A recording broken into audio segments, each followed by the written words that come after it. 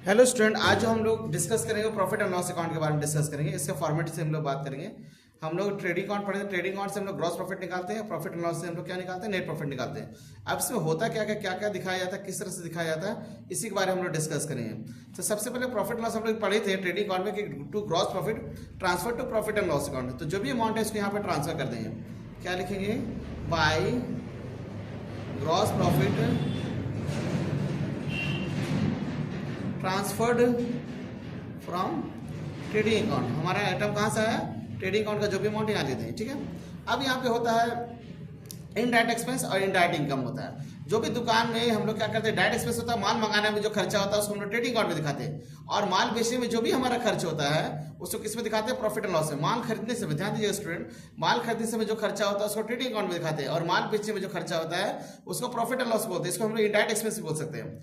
क्या बोलते हैं इसको, इनडायरेक्ट एक्सपेंस बोलते हैं। और माल खरीदने से जो खर्चा होता है उसको डायरेक्ट एक्सपेंस बोलते हैं। तो डायरेक्ट एक्सपेंस को हम लोग ट्रेडिंग अकाउंट में खाते हैं, और माल बेचने का जो खर्चा होता है उसको क्या बोलते हैं हम लोग, इनडायरेक्ट एक्सपेंस बोलते हैं। और वो किस में दिखाते हैं, प्रॉफिट एंड लॉस में।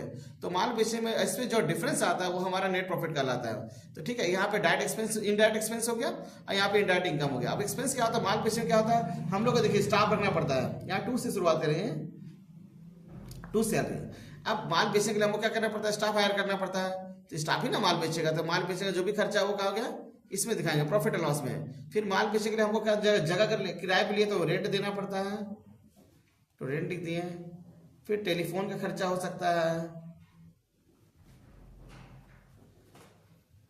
ऑफिस एक्सपेंस हो सकता है, ठीक है।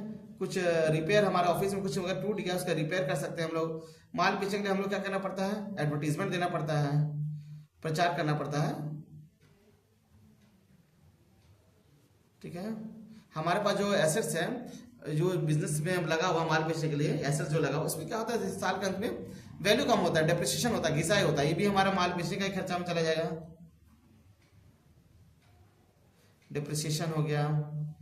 फिर हमारा हो गया, कभी कभी क्या होता है, ग्राहक का पैसा हमको रिकवर नहीं कर पाते हैं, है ना। कुछ ग्राहक ऐसे, ग्राहक तो बहुत सारे लोग को माल बेचते हैं, तो कुछ ग्राहक हमारा उसका पैसा हम रिकवर नहीं कर पाते, तो एक साल का क्लोजिंग में क्या करते हैं, उसको हम लोग बैड डेब्ट में ट्रांसफर कर देते हैं। ये भी हमारा इसी में जाएगा, ठीक है। फिर हमारा जो भी माल बेचने में खर्चा होता है, रिपेयर हो गया, पोस्टेज, पोस्टेज हमारा हो सकता है, ठीक है, माल बेचने में इसका जरूरत पड़ सकता है। इसके अलावा हमारा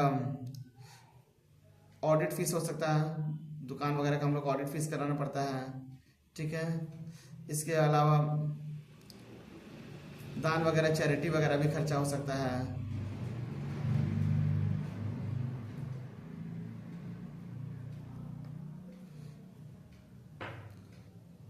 और भी मिसलेनियस एक्सपेंसेस वगैरह भी हो सकता है।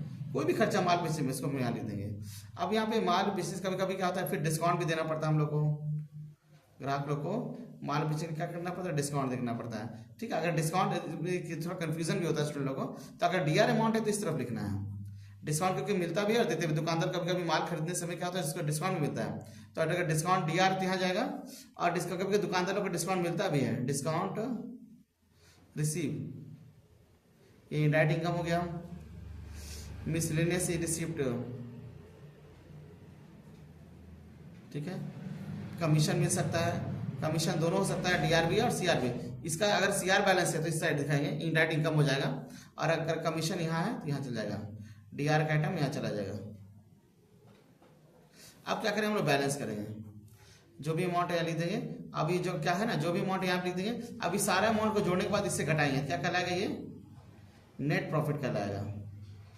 जो भी आइटम है टोटल अमाउंट यहाँ लिखेंगे, यहाँ भी टोटल अमाउंट लिखेंगे। अभी सारा टोटल करने के बाद इससे घटाएंगे तो क्या मेरा निकल जाएगा, नेट प्रॉफिट निकल जाएगा। और ये नेट प्रॉफिट अमाउंट कहाँ चला जाएगा, कैपिटल अकाउंट में, जो कि हम लोग बैलेंस शीट जब बनाएंगे तब हम लोग उसको समझेंगे। इसको कैपिटल से नेट प्रॉफिट को जोड़ दिया जाता है, इसलिए जो कि अमाउंट, जो नेट प्रॉफिट का अमाउंट है उसको क्या करते हैं, किस में ट्रांसफर करते हैं, कैपिटल अकाउंट में चला जाता है, ठीक है। जो कि हम लोग किस में दिखाते हैं, बैलेंस शीट में दिखाते हैं, ठीक है। तो कल से हमारा प्रॉफिट एंड लॉस का क्वेश्चन शुरू हो जाएगा।